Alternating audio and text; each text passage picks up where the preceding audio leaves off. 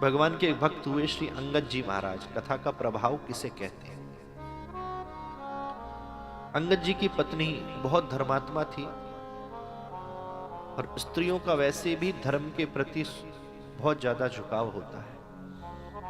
उसका मूल कारण यह है कि हमारे सनातन में स्त्री को श्रद्धा का स्वरूप माना गया है।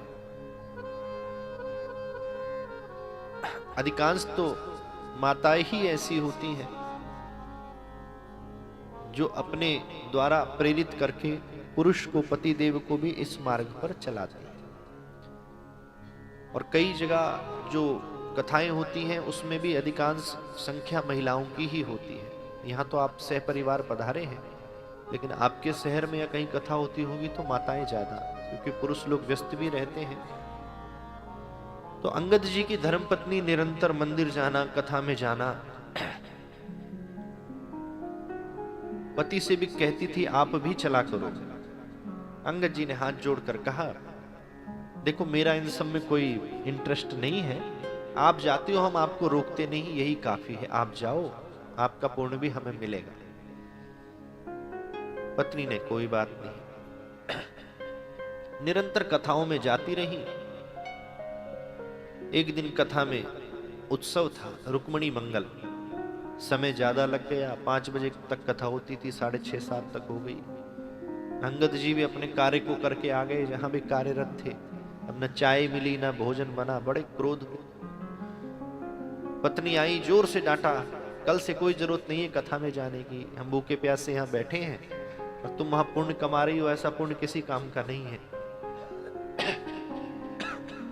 फिर 1-2 दिन में गुस्सा शांत हुआ, पत्नी ने जाना शुरू कर दिया। अंगद जी ने कहा कोई बात नहीं।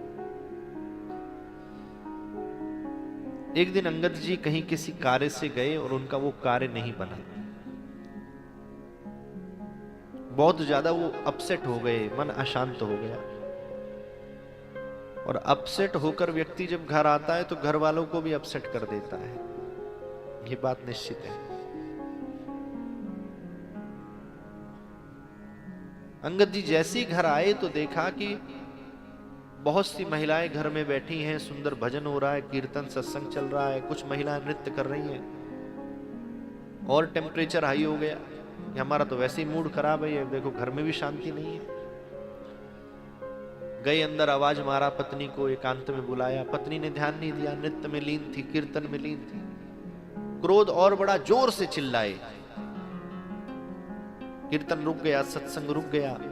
सबसे कहा आप जाइए हमारे घर से, ये कोई मंदिर नहीं है, आश्रम नहीं है, धर्मशाला नहीं है, आज के बाद कोई जरूरत नहीं है यहां आने की। सबको भेज दिया, पत्नी को भी जोर से डांटा। थोड़ी देर में क्रोध शांत हुआ। पत्नी भोजन लेकर आई तो पत्नी ने घूंघट कर रखा था। बोले अब ये क्या है, हमसे घूंघट, बच्चे इतने बड़े बड़े हो गए। बोले आपने जो आज किया वो अच्छा नहीं है। बोले हाँ हमको एहसास है, कोई नहीं, अब कल से फिर सत्संग कर लेना। बोले सत्संग तो दूर की बात, आप मेरा अपमान कर देते, मुझ पर हाथ उठा लेते, चल जाता, लेकिन आपने भगवान के भक्तों का, सत्संगियों का अपमान किया, उनको घर से भगा दिया। मैं सब सेवा करूंगी क्योंकि आपकी मैं धर्म पत्नी हूं, मेरा कर्तव्य है, लेकिन आज के बाद मैं अपना मुख आपको नहीं दिखाऊंगी। अब अंगद जी ने सोचा क्रोध में है, मनाना शुरू किया, खूब जोर लगाया, 1 दिन 2 दिन 3 दिन बहुत प्रयास किए। पत्नी ने मुख नहीं दिखाया, भोजन भी करें, सब सेवा करें, सारी व्यवस्था घर की करें, लेकिन मुख ना खोले। अंगद जी कुछ दिन तो बहुत परेशान रहे, फिर आदत पड़ गई, धीरे धीरे आदत पड़ ही जाती है।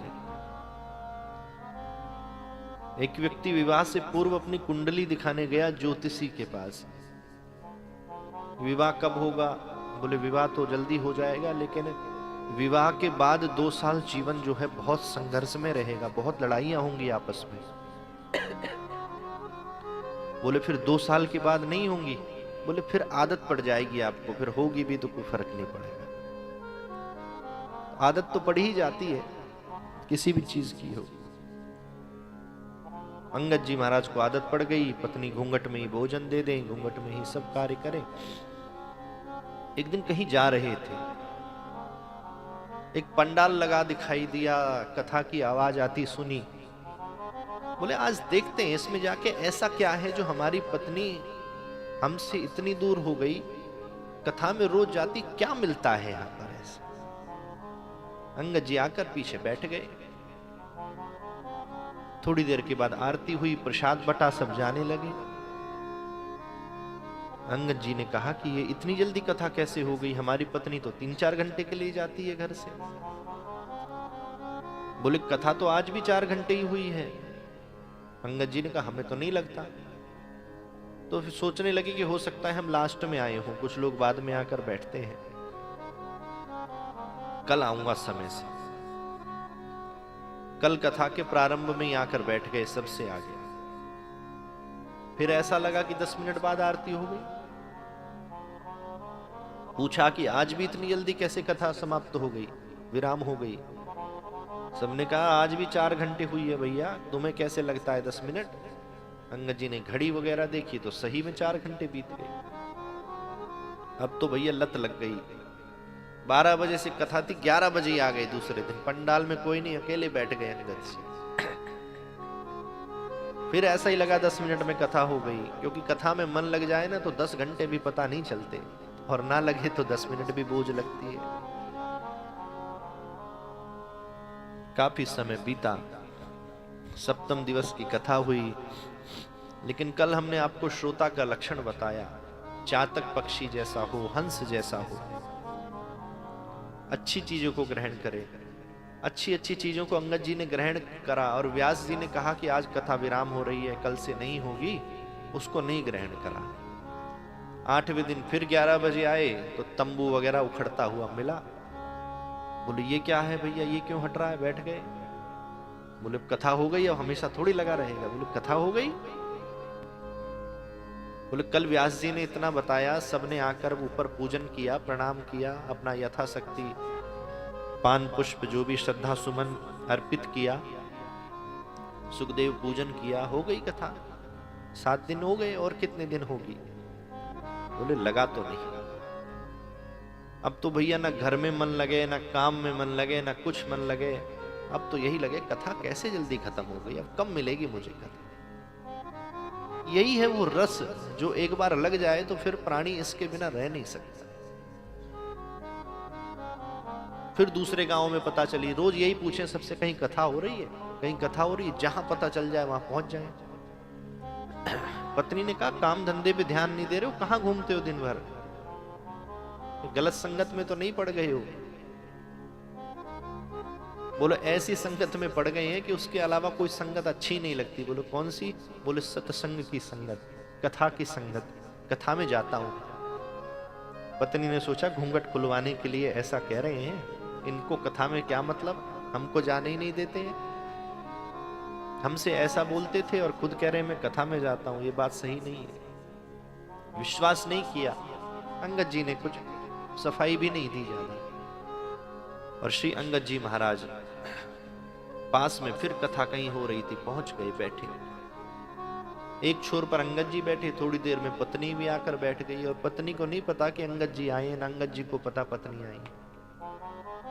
और उत्सव का उत्साह इतनी चरम तक पहुंचा, इतनी चरम तक पहुंचा कि जैसे कीर्तन हुआ अंगद जी खड़े हुए और थिरक थिरक कर नृत्य करने लगे। पत्नी ने देखा, अरे ये तो हमारे पति देव हैं, ये तो सही कह रहे थे मैं रोज कथा में जाता हूं, अपनी सुध बुध भूल करके नाच रहे हैं। आरती के बाद भी पंडाल में बैठ गए, मन ना करे घर जाने का। पत्नी घर पहुंची और घर के द्वार पर आरती का थाल लेकर खड़ी हुई, घूंघट खोलकर। अंगद जी आए और आरती करने लगी। अंगद जी ने मुख की ओर देखा, तुरंत अपने मुख को मोड़ा, आंखें बंद करी